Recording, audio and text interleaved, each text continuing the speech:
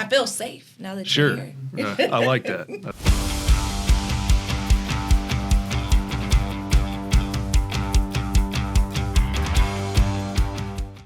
Hello, guys, and welcome back to Orange Slice Season 3. Today, we've got a very special person in the building. We have Kiel, who is the Director of Safety and Security. Yes, ma'am. Welcome. Thank you. Thank you. How are you? I'm good. We've been really busy lately with all the weather events that we've had going on, but I've been good. How are you doing? I'm doing well. Good. Thank you for asking. I feel safe now that you're Sure. here. I like that. That's good. Kiel, I know that the weather has been an issue. Yeah. There was definitely a lot of tornadoes going on, a lot of wind was going on, and a lot of outages. What should students keep in mind about weather safety? Sure. That's a great question. I think the biggest thing that you should do is kind of have a plan and know what the day is going to look like. Kind of have a general roadmap for the daily weather. Get up, check your weather app, check the news real quick, just kind of see what the outline of the day is going to be, because then you're less likely to get caught off guard, and if you know that we're going to have some severe weather, have a plan in place and know what you're going to do before that severe weather hits, because preparedness is key. That's true. I don't know how old you are, Kiel, but do you remember the phone number that you could call to find out the weather? I remember that there was a number. I don't remember that specific number, though, but I do remember that. Yes. Okay, so you might be my age. You might be around my age. I know a lot of students tend to lose things as they're in the Sure. hustle and bustle, going to class, going back to their cars, going to work, going home. Yeah.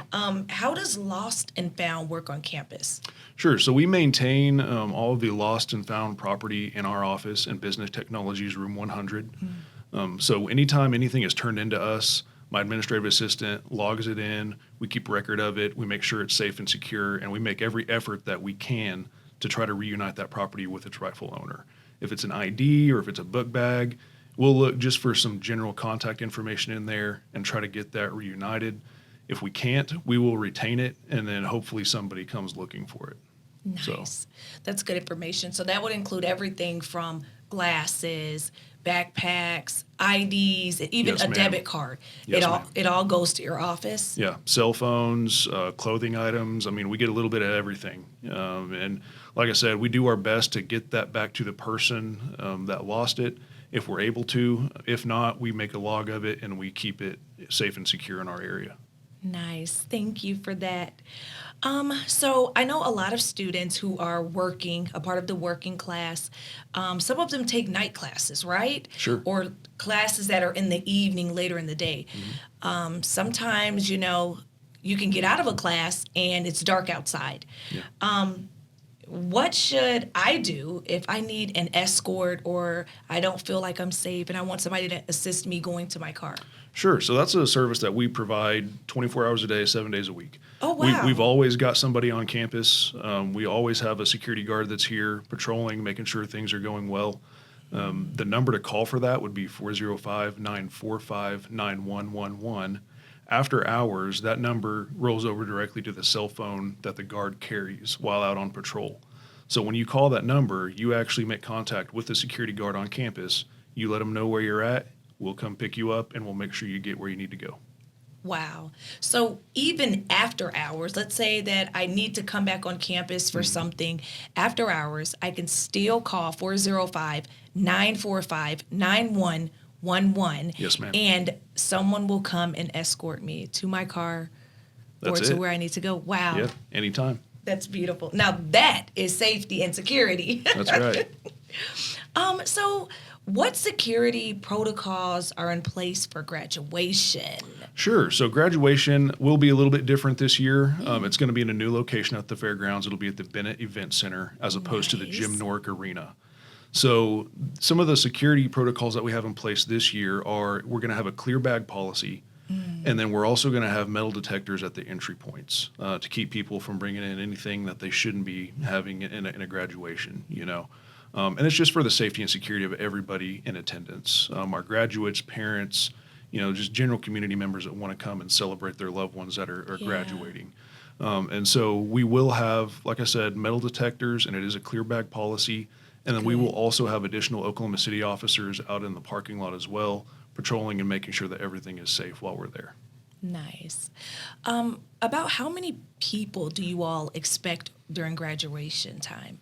Sure, that's a really good question. I mean, a couple thousand Wow. easily, because for every graduate, I mean, you've got families that want to come and support. And so, Mm-hmm. if you've got a graduate and they've got, mom, dad, siblings, Yeah. grandma, grandpa, I mean, you're talking about an additional 7 or 8 people just for one graduate.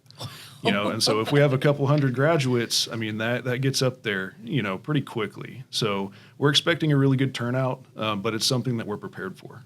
So. Nice. So, everyone, please take notice that this year, if you're going to attend graduation, you must only bring a clear bag and to leave anything that's metal in the car because there will be metal detectors. So, Kyle, what do people need to know about fire lanes on campus? Sure. So we have a lot of fire lanes around campus. They're marked very clearly. Typically they're painted red and they're marked with white all cap lettering that just say fire lane. We have had some issues where people, use those for like loading zones, that sort of thing. It's very important to never ever park in a fire lane. Not only is it, against the rules by school standards, it's also against state law. And in the event that we do have an emergency on campus, we need to make sure that those lanes are clear so that the emergency responders can get where they need to go without damaging anybody's property. If they come to a building to put out a fire, we want to make sure that they get as close to that as they can and they're able to kind of set up how they want to set up. So it's very, very important to keep those areas of campus clear. Nice. Thank you for that information as well, because I know sometimes as we're entering to, oh, I just need to use the bathroom, or I just Yeah. need to run in and grab a book, we Sure. think it's okay to park at those fire lanes, but that is not safe. Yeah, sure. And you never know when an emergency might happen. I mean, if we True. could pick and choose when they happened, that would be a game changer, right? So, I mean, you never know when something's going to happen, and you may run into a building, and think it's just for a split second, and then it takes you a little bit longer, and it's a good idea just to stay away from the fire lanes and find an actual parking spot. We have plenty of them. Yes. And you don't want to get a ticket. That's right. No tickets. No tickets. So, Kyle, what are some safety tips you'd like to share with people? Sure. So just kind of a general safety tip, and it's something that I reiterate in my trainings and when I'm out talking to people is just be aware of your surroundings. We have a tendency to get ingrained in our cell phones or, what's kind of happening right in front of our face. It's a really good idea just to kind of keep your head up, keep your head on a swivel, make sure you know what's going on around you. Especially as we kind of get into the warmer months and, you have a lot more foot traffic and people getting out and about.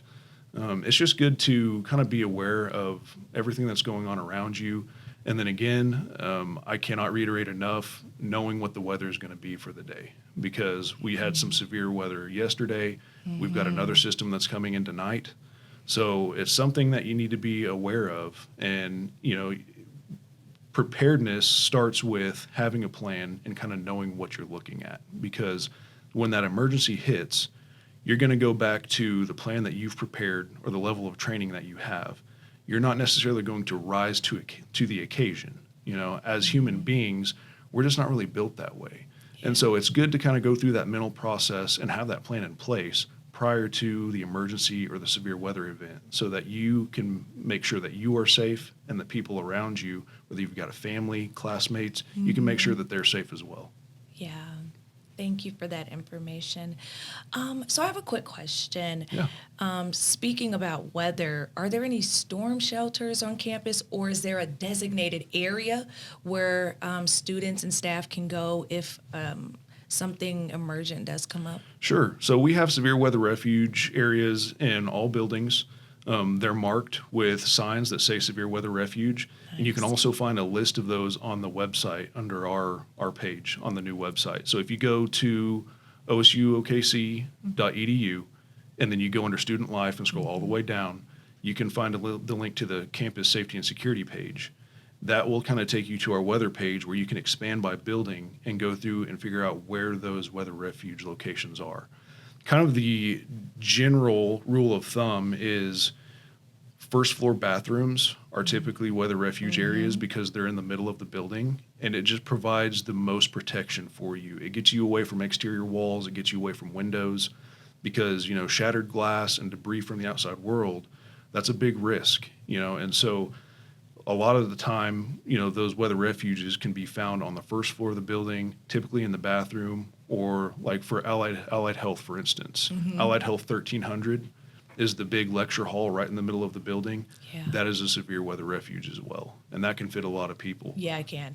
And so we do have multiple options for each building. Some of our smaller buildings, with advance notice, will evacuate to a bigger building with more protection, but we do have severe weather refuge locations in every building. Nice. That's good to know. And I'm glad that students are able to learn about that, because when weather comes, like, I think we just forget everything, Yeah. We just forget everything. Sure. So are there things to be more aware of during the spring and summer versus like the winter? Sure. So, kind of what I previously mentioned, when you get into the nicer weather, you have a lot more people out and about. There's a lot more people on the roadways. There's a lot more foot traffic in and around. And so it's very important, when you come to campus, especially in the evening hours or late at night, before you go into your class, make sure that your car is locked. A lot of times, if you have someone that's looking for an unlocked door, they're just looking for something easy to take from your car, whether that be a book bag or a purse or something along those lines. So, with the nicer weather comes more activity. People Right. get outside. And so it's just nice to, kind of keep your eyes up, like I said, be aware of your surroundings, kind of take the necessary precautions to prevent something like that from happening. In the wintertime, people are less likely to go out and join in nefarious activities, right? Because it's too cold. I mean, Oklahoma winters are brutal. Yeah. So yeah, during the spring and the summer months, just be aware that there is a lot more activity, just kind of in general, and it's a good time to keep your eyes up and be aware of your surroundings. So. Nice. Thank you for that. I had been speaking with you, Kyle, and I think it's important for the students and staff to know a little bit about you. So how long have you been the Director of Security and Safety here at OSU-OKC? Sure. So I've been with OSU-OKC for about 2 years, Nice. and I've enjoyed it. I've enjoyed my time here. I have a good team that I work with, and we've had a really good team that actually care about the safety and the well-being of the campus, and they're dedicated to what they do, and I appreciate that. Because I'm dedicated to my position, and I'll do everything that I can to make sure everybody here is safe and secure. And it's very, very helpful to know that I have a team at the end of the day that wants that same thing. Wow. I feel safer just with you being here. It feels peaceful and I feel safe. And I heard that you used to be a police officer. I did, yes. I was in Wow. law enforcement Thank you. for a little over a decade, and a lot of what I did during that time does kind of translate to what we do here. There are things that I notice, things that I look for, that I learned during that time. Especially as an investigator, I kind of get out. I don't like to be stuck in my office all the time, so I still like to get out in the car and make my presence known on campus and kind of walk through the buildings and that sort of thing. And relationships are important to me.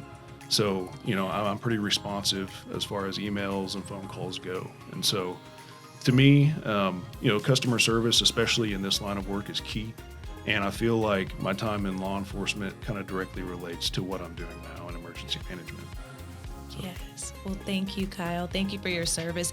Thank you for caring about us enough to want to protect us, and using your skill set from being a police officer and transitioning into an educational institution. We appreciate you Thank for you. everything that you do.